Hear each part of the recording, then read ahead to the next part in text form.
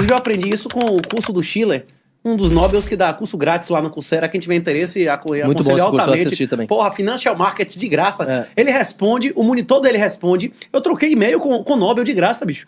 Que loucura, né? Tem dois critérios de bolha. Tem um critério fundamentalista e o critério técnico, não é isso? O critério fundamental, o critério mais prático, mais fácil de determinar a bolha é se ele variar mais do que 2 vezes o seu desvio padrão, não é isso? O Bitcoin, em 2017, aumentou 20 vezes. Ele normalmente triplica. Isso é bolha? Passou bem mais do que 2 vezes o desvio padrão, não é isso? Em 2013, o Bitcoin saiu de 2 dígitos para mais de $1.000. Bolha? Com certeza, não é isso? Agora, nesse instante, o Bitcoin está variando mais ou menos do que a sua variação média, muito menos. Então ele não está em bolha nesse momento, nessa fundamentação. Agora, se você ignorar a técnica e for para o fundamento, o Bitcoin é liberdade. O Bitcoin muda a relação de homem e mulher, de marido e mulher, de pai e filho e de governantes e governados. O valor da liberdade, ele está aumentando ou diminuindo com os governos imprimindo mais moeda e mais tribunais e mais ditaduras e mais governos tributando e fazendo mais controle de capitais? Será que os fundamentos do Bitcoin, eles aumentaram ou diminuíram? Além do valor utilidade do Bitcoin ter aumentado, tem um negócio chamado efeito rede, não é isso? Cada usuário de uma rede telefônica aumenta seu valor exponencialmente, né? E o número de usuários do Bitcoin tem dobrado a cada 2, 3 anos, não é isso? Tanto no Brasil quanto no resto do mundo. Então eu acho que nem no aspecto fundamental, nem no aspecto técnico, o Bitcoin não apresenta sinal de bolha agora. Eu espero que ele entre em bolha daqui pro fim do ano, né? Daqui pro ano que vem ele bata aí, sei lá, 400, 500 mil dólares e dê mais uma oportunidade de quem quiser esperar ele cair 80%, né? Tu acha que tem chance dele cair 80% de novo ou não? Como a gente estava conversando antes ali fora, existem várias coisas que podem acontecer que pode fazer o Bitcoin cair 80%. Que é o seguinte, quando o Bitcoin é sempre mais líquido do que os outros ativos, porque é o único ativo que você consegue liquidar ou transferir para qualquer lugar do mundo em 5, 10 minutos num domingo de noite, não é isso? Você não consegue fazer suas ações se transformarem em ações da Bolsa Brasileira, se transformarem em N num dia de domingo, não é isso? Para garantir que você não vai tomar chamada de imagem do outro lado do mundo. E o Bitcoin você consegue. O que é mais líquido, o que é mais alavancado, ele tende a variar mais, não é isso? O Bitcoin, ele não concorre só com prêmio de liquidez, com imóveis, com ações, ele também concorre com tigrinho. Se eu fosse viciado em apostas, eu ia preferir fazer 300 vezes de alavancagem na BitMEX do que apostar no tigrinho, né? Quando existe um ativo que é altamente alavancado, ele tende a variar muito, né?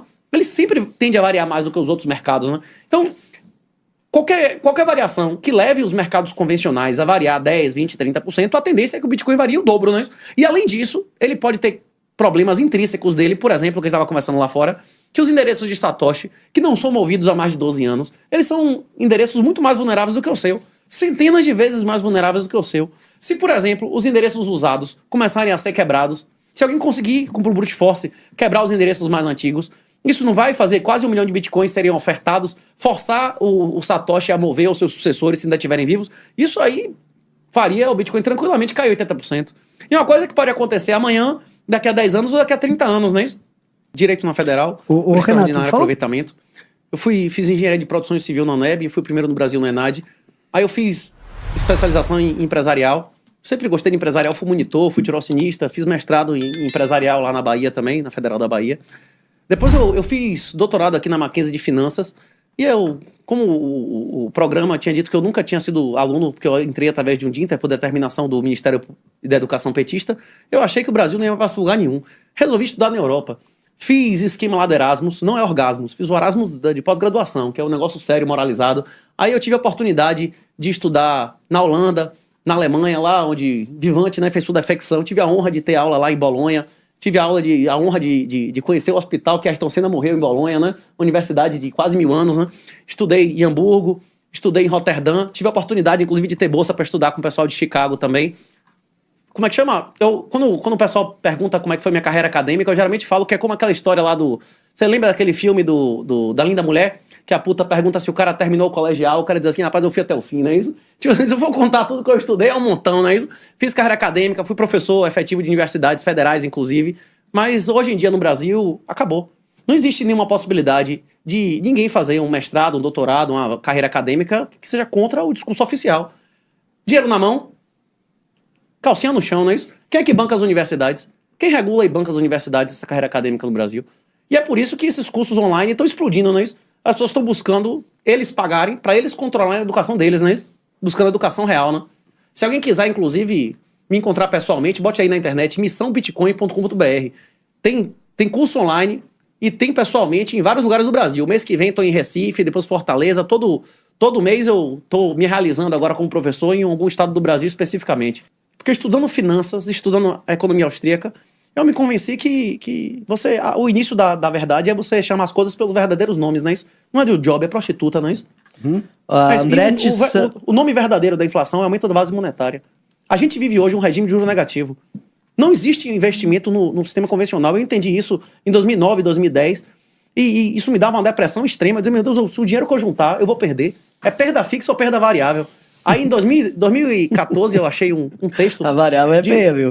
Eu achei um texto do Fernando Uric, que foi no Infomoney e no antigo Instituto Mises, falando sobre guerra ao dinheiro, juro negativo, e no último parágrafo ele tinha uma frase que falava de Bitcoin. Inclusive, o Uric vai botar também empresa aberta agora para concorrer com a Melius ou Orange, não é isso? Pois é. Esse cara, foi o texto desse cara no Infomoney que me fez acordar pro Bitcoin. Ô, Renato, tu acha que o Brasil vive uma ditadura hoje? Rapaz, o Brasil vive na ditadura há 30 anos. A definição de ditadura juridicamente é um estado de exceção, onde a aplicação da lei não é a regra. A maioria das pessoas que matam vão presas? Sim ou não? A maioria das pessoas que matam, mais de 90% de quem mete tiro no outro não vai preso, velho. Você acha que a maioria dos estelionatos são sequer comunicados? A maioria dos ladrões vão presos? Sim ou não? Hein? Isso... De galinha todos. Não, que todos. Diz que a maioria das pessoas que são roubadas nem comunica, que sabe que não vai dar em nada, não é isso? Você acha que a maioria do trabalhador que toma pau e tem um celular roubado, ele sequer vai na delegacia fazer uma ocorrência? Hein? Pois é. O Brasil vivia uma ditadura, um estado de exceção há mais de 30 anos, não é de agora, não? Tu acha que o PT vai dominar as próximas eleições pelos próximos 20 anos no Brasil? Rapaz, ele já dominou, não é isso? A última chance de existir alguma oposição real nesse país era o Hugo Mota, não é isso?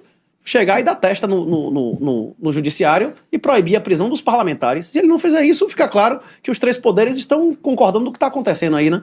E em um lugar onde seu voto não é mais relevante, seja porque não tem oposição real, porque você não tem representação suficiente, a mensagem principal desse livro aqui é essa: a salvação individual é coletiva.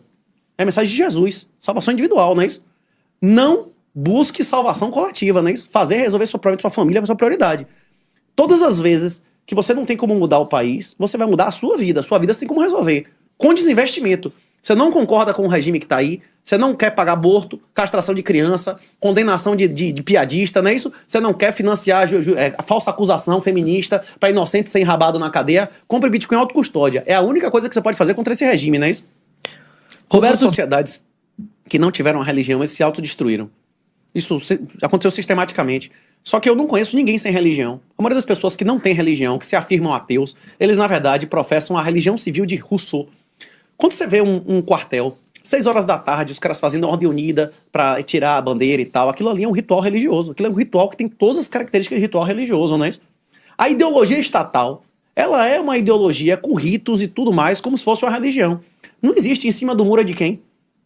Existe em cima do muro?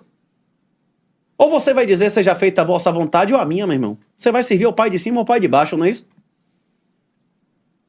Quem é o pai da mentira? Hein? Quem é o pai da mentira? Quem é o pai da mentira?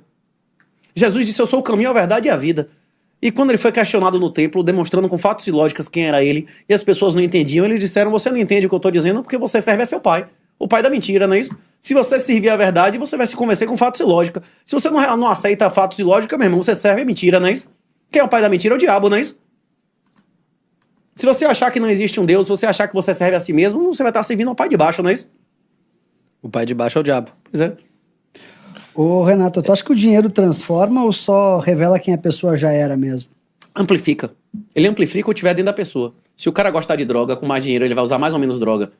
Se ele for pedófilo, ele vai usar mais ou menos pedofilia. Ele amplifica o que tiver de bom e de ruim dentro da pessoa, não é isso? Como é que foi poder em geral, né? Dinheiro é um tipo de poder, né? Poder em geral amplifica o que tiver dentro da pessoa, né? O que tu acha que é mais atraente, o poder ou o dinheiro? Depende da pessoa. Tem pessoas que... preferência temporal varia, não é isso? Inclusive, em geral, aquele negócio lá do elas são fáceis porque são pobres é uma verdade matemática, né? o valor marginal é decrescente para a maioria das pessoas.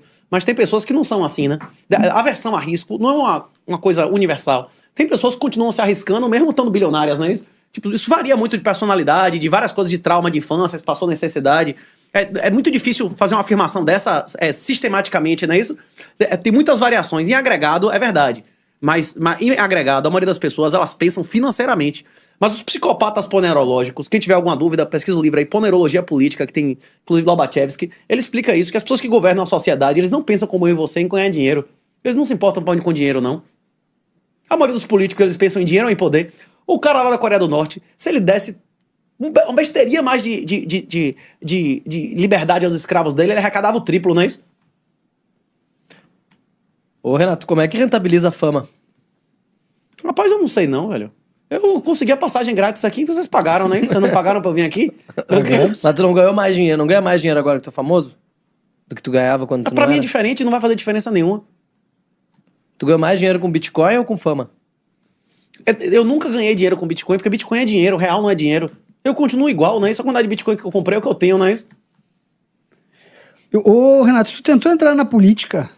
Eu me candidatei, mas eu praticamente não fiz campanha. Meu gasto foi R$3.000, R$2.000. Eu paguei R$1.000 de contador, R$1.000 de advogado e R$1.000 de impresso. Eu fiz uma campanha mínima para ajudar Bolsonaro a chegar ao poder em 2018. Eu respondo o processo até hoje por causa disso. Ô, Renato, quando tu te candidatou, tu declarou lá na Justiça Eleitoral. Eleitoral que tu tinha 200 bitcoins declarados. Se tu tá declarado, ele pode ser confiscado. Que história é essa de Como? que o Estado não confisca? Como é que ele confisca? Podem te prender. Podem. Jesus foi claro. Vocês serão presos, vocês serão perseguidos e mortos em meu nome. Jesus nunca disse roubados, não é isso? Se você for roubado a partir de hoje, porque você serviu Jesus e não a Satanás, é porque você não me ouviu. Se você fizer Bitcoin em autocustódia e boca dura, meu irmão, você não deixa um centavo pra nenhum vagabundo. Você só toma Bitcoin em autocustódia. Autocustódia significa as chaves que você tem controle exclusivo. Se alguém te dominar física e psicologicamente. Se você mantiver a boca dura, meu irmão, ele lhe mata e não toma um centavo, não é isso? O seu Bitcoin tá todo em autocustódia. Não, todo não, né? Eu tenho saldos em corretoras, mas é irrelevante, né?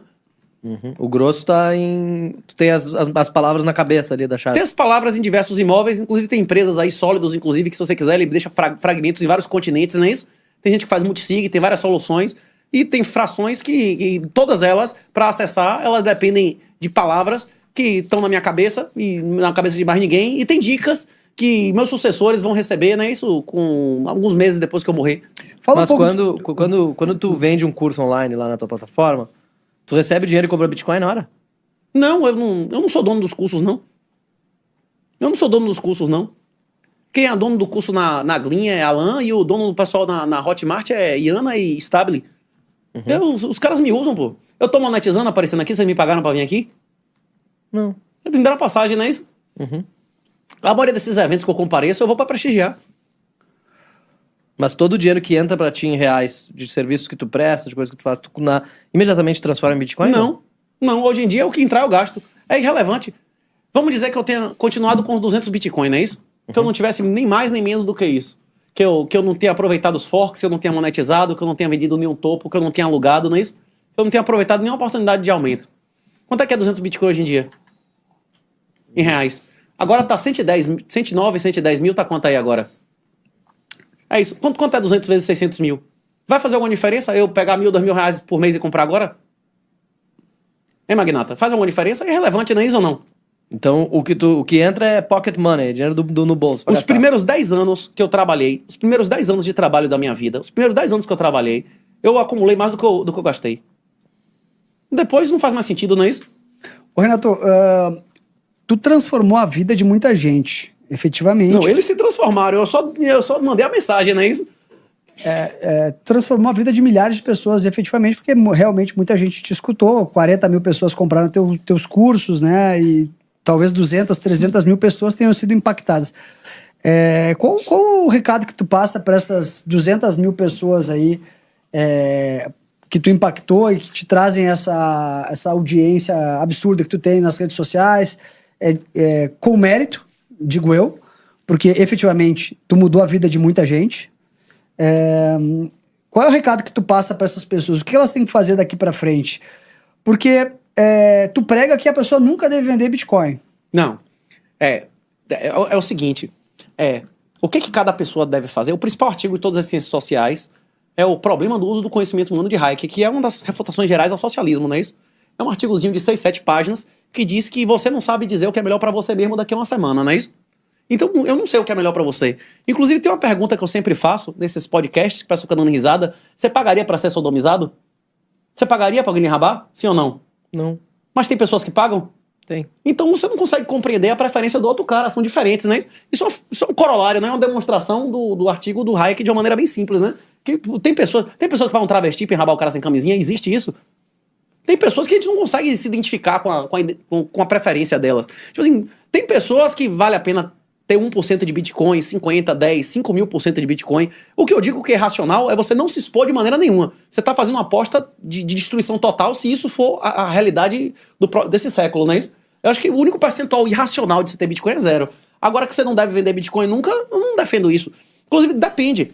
Depende do objetivo da pessoa. Quem tem, por exemplo... Vamos dizer um cara desse que ele tava começando, o cara da pizza. O cara tem 10.000 Bitcoin. O cara mora na mesma casa, o cara tem o mesmo carro, ele tem uma família. Eu não acho que você tem que ter cada vez mais Bitcoin. Se você tiver mais Bitcoin por dia de vida, você já tá bem com uma zorra, não é isso?